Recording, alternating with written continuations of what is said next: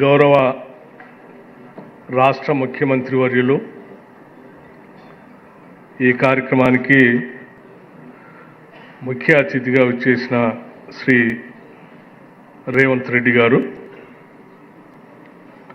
గౌరవ రాష్ట్ర మంత్రివర్యులు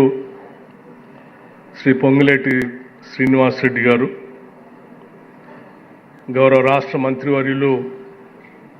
శ్రీ పొన్నం ప్రభాకర్ గారు, గౌరవ రాష్ట్ర మంత్రివర్యులు శ్రీ గడ్డం వివేక్ వెంకటస్వామి గారు, గౌరవ రాష్ట్ర మంత్రివర్యులు శ్రీ మహమ్మద్ అజరుద్దీన్ గారు, రాష్ట్ర ప్రభుత్వ సలహాదారులు హరకర వేణుగోపాల్ గారు, అట్లాగే రాష్ట్ర ప్రభుత్వ ప్రధాన కార్యదర్శి శ్రీ రామకృష్ణారావు గారు, రాష్ట్ర ప్రభుత్వ principal secretary finance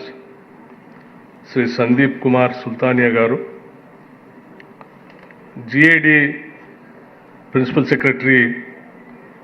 Shri Ekka గారు, వివిధ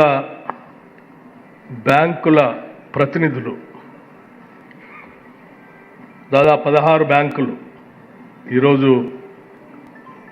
ఎంఓయూ కార్యక్రమంలో పాల్గొన్నారు. వారందరికీ, అట్లాగే రాష్ట్ర ప్రభుత్వంలో పనిచేస్తున్నటువంటి సమస్త ఉద్యోగ వ్యవస్థ అందరికీ, ముఖ్యంగా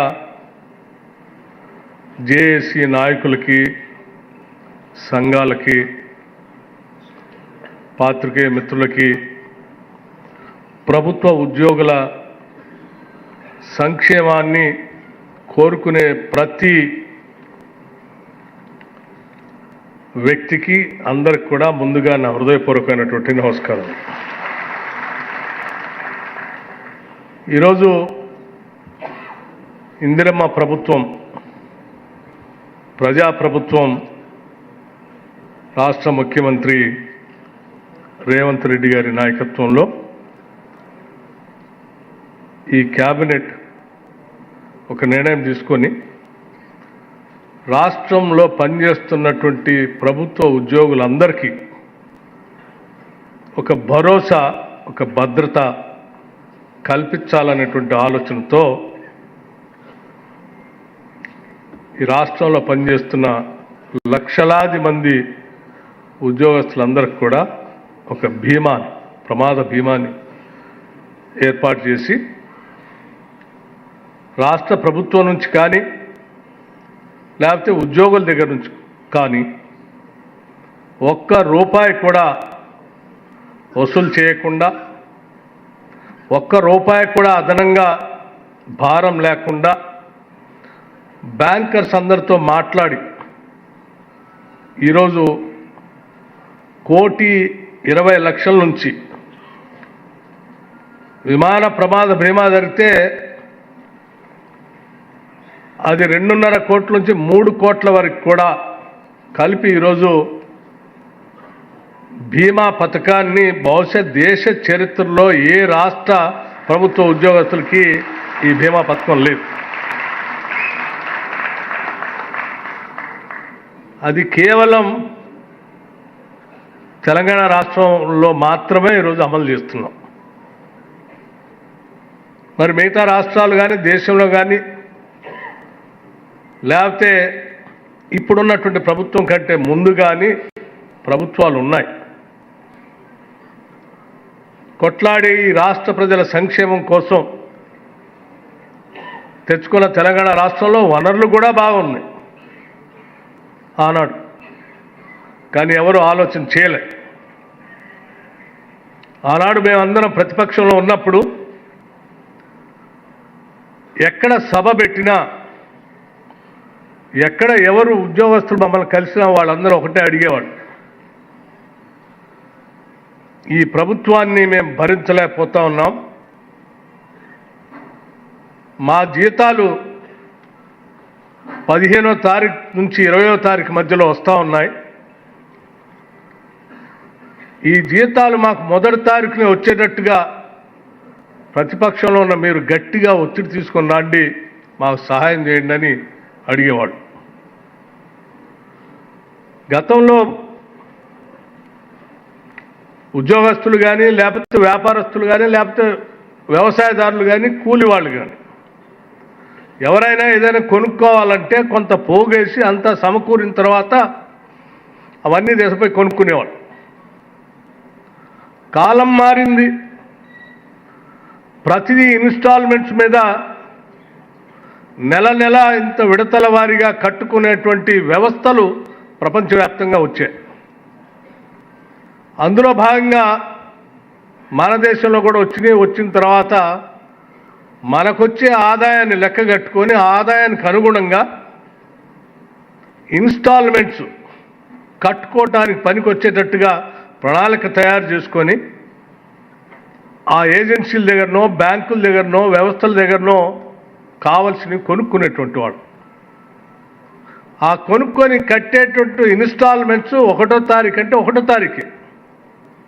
2వ తారీఖు అంటే 2వ తారీఖు, ఏదో ఒక ఫిక్స్డ్ డేట్లో ఆనాడు అది చెల్లించకపోతే ఆ చెల్లించలేనటువంటి తీసుకున్న వ్యక్తి అకౌంట్ బ్యాడ్ అకౌంట్గా మారి దానిపైన వడ్డీ పెంచటమో లేకపోతే అతనికి భవిష్యత్తులో ఏ రుణం ఇవ్వకుండా పోవటం ఏదో జరిగేటువంటి వ్యవస్థలు వచ్చినటువంటి పరిస్థితుల్లో లక్షలాది మంది ఉద్యోగులు వాళ్ళు మొదటి తారీఖే జీతాలు వస్తాయనే ఆశతో ప్లాన్ చేసుకున్నటువంటి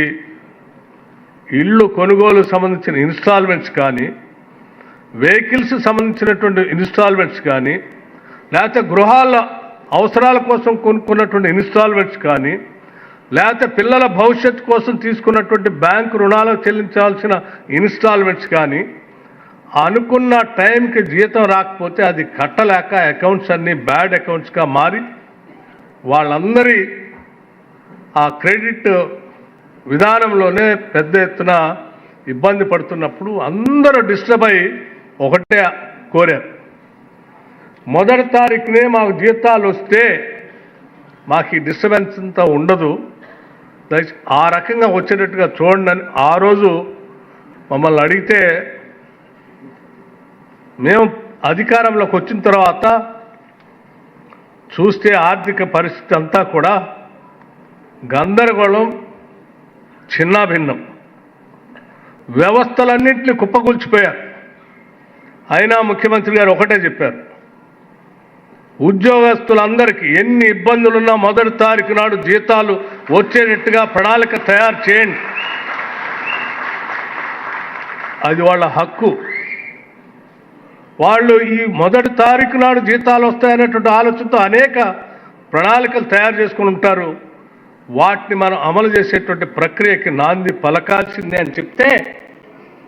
అనేక ఇబ్బందులు ఉన్నప్పటికి కూడా ప్లాన్ చేసి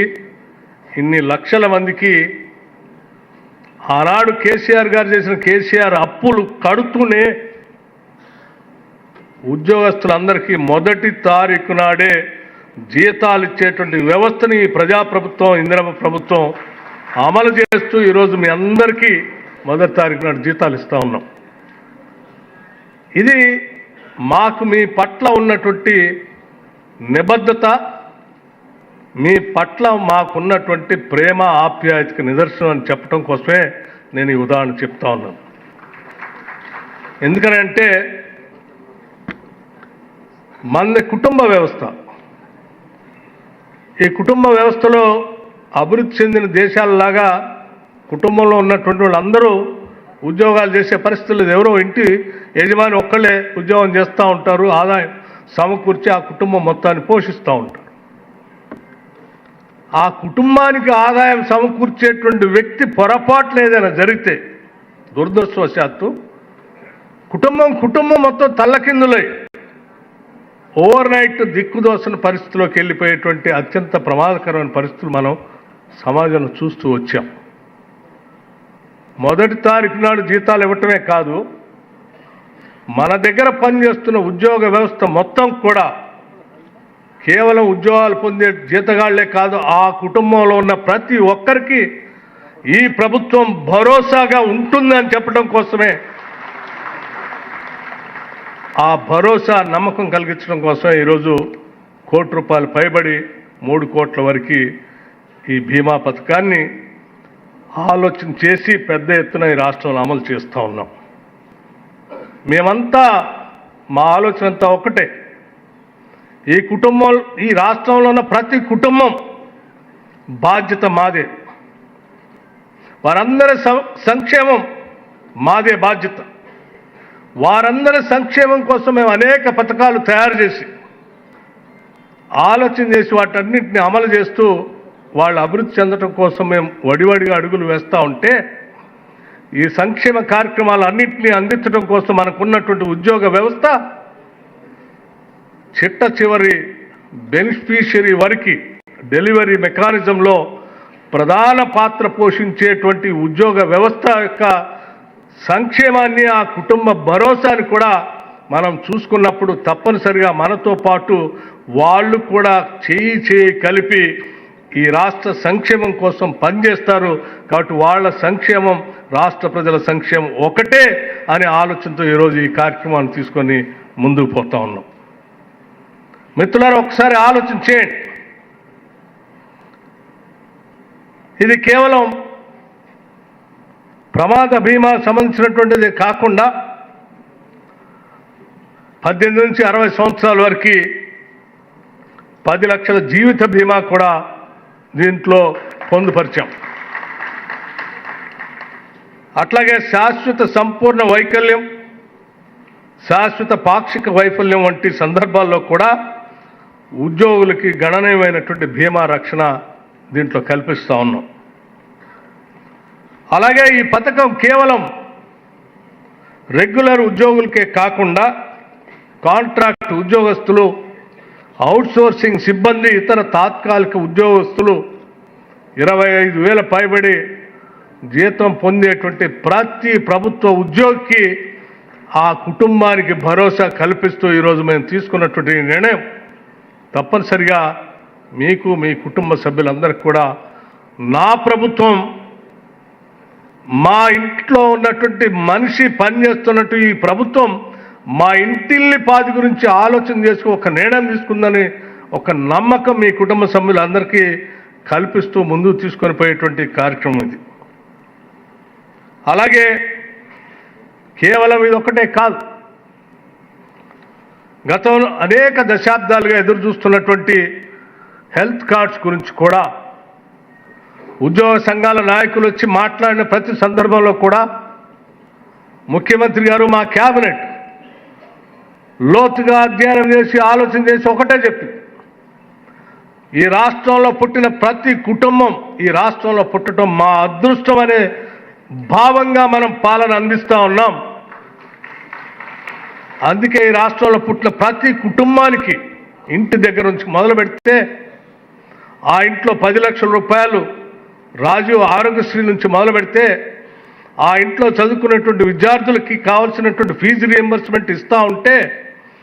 ఆ ఇంట్లో తినటానికి కావాల్సినటువంటి సన్నబియ్యం 6 కేజీల లెక్కగట్టిస్తూ ఉంటే, పని చేసుకుంటా అంటే 100 రోజులు పని కల్పిస్తూ ఆ బిడ్డలు చదువుకొని